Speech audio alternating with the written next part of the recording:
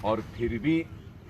اناج کے اس پیکٹ کو حاصل کرنا چاہتا ہے تو میں یہ سمجھوں گا کہ وہ غریب یا وہ امیر جس کے پاس اناج رہنے کے باوجود بھی یہ اناج لینا چاہتا ہے، وہ ایک بھوکے کا حق مار رہا ہے اور اللہ کے سامنے وہ ضرور جواب دہ ہوگا۔ مجھے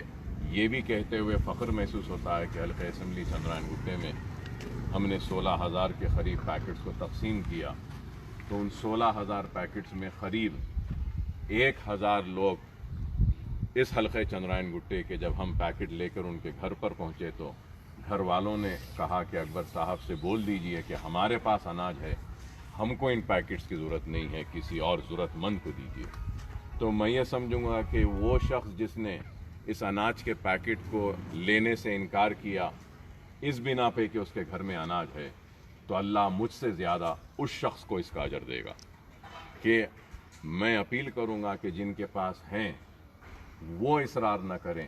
جن کے پاس نہیں ہے ان تک اس کو پہنچنے دیجیے۔ اور یہ بھی ضرور ہے کہ انسان بشر ہے کہ ہم کوشش تو کر رہے ہیں، بہت سے گھر چھوٹ جاتے ہوں گے، شاید کسی گھر میں اناج نہیں پہنچ رہا ہوگا، تو ہم کوشش تو کر رہے ہیں، لیکن پھر بھی اگر چھوٹ جاتا ہے تو ہمارے کارپوریٹرس کے علم میں لائیے، میرے علم میں لائیے، ہم ضرور کوشش کریں گے کہ ان بھوکوں تک ہمارے اناج کے پیکٹ کو پہنچائے۔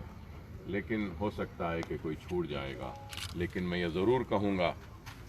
کہ کئی ایسے عزت دار شریف لوگ ہیں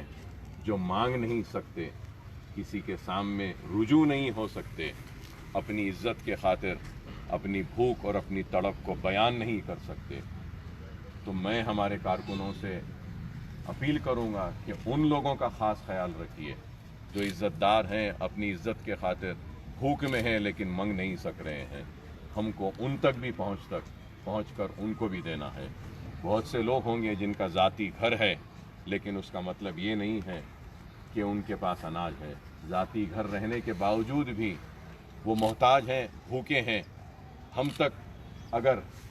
ان کی آواز پہنچے گی تو ہم ضرور کوشش کریں گے ان تک بھی اناج کو پہنچانے کے لیے۔ بہرحال یہ ایک ہمارے آخرت کا سودا ہے، اللہ کو راضی کرنے کا ایک موقع ہے جس کے ذریعے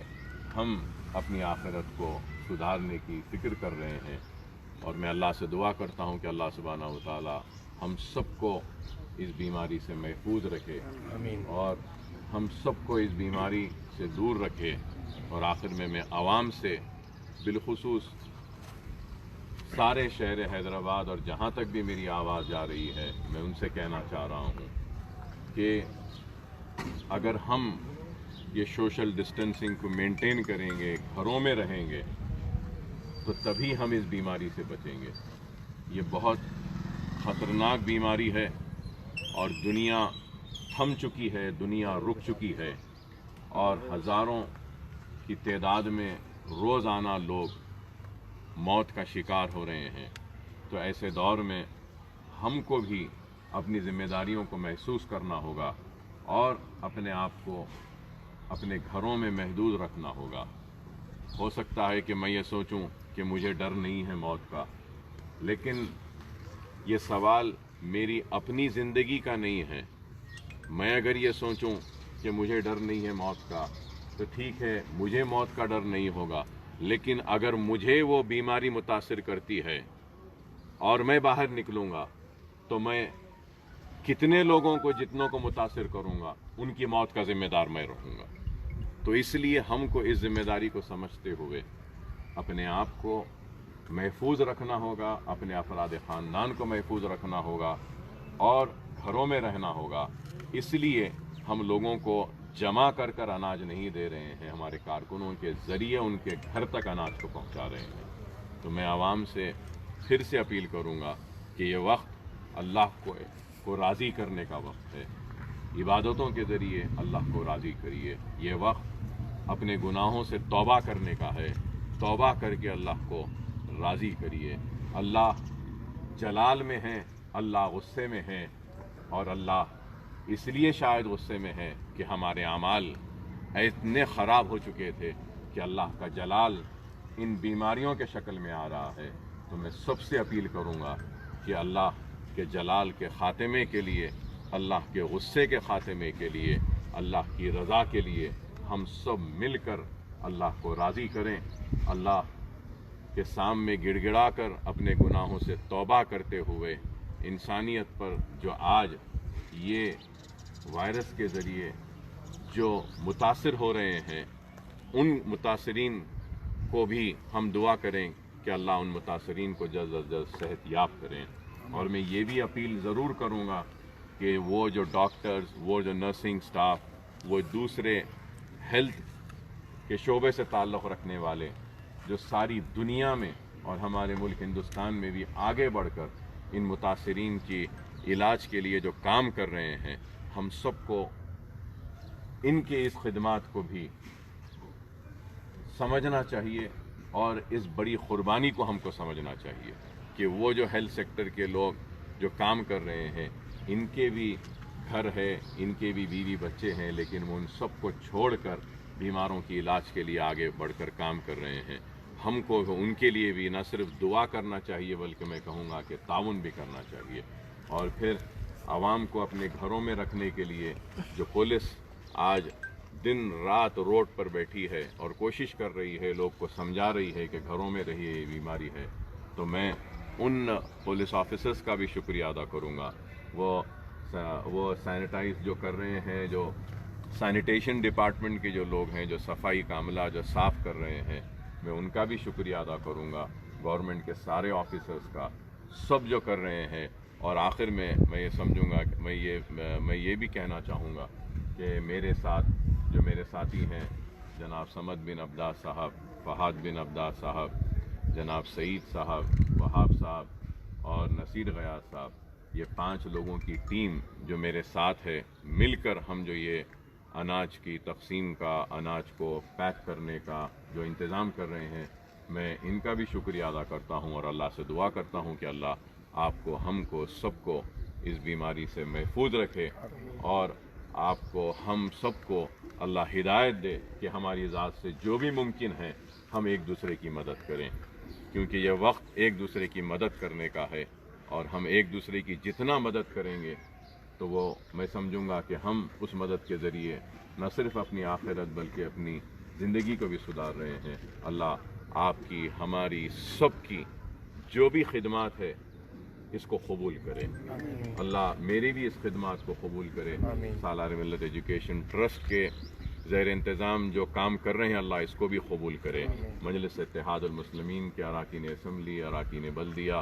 صدر مجلس کی قیادت میں جو کام کر رہے ہیں، اللہ اس کو بھی قبول کرے اور ہم سب کو محفوظ رکھے۔ السلام علیکم۔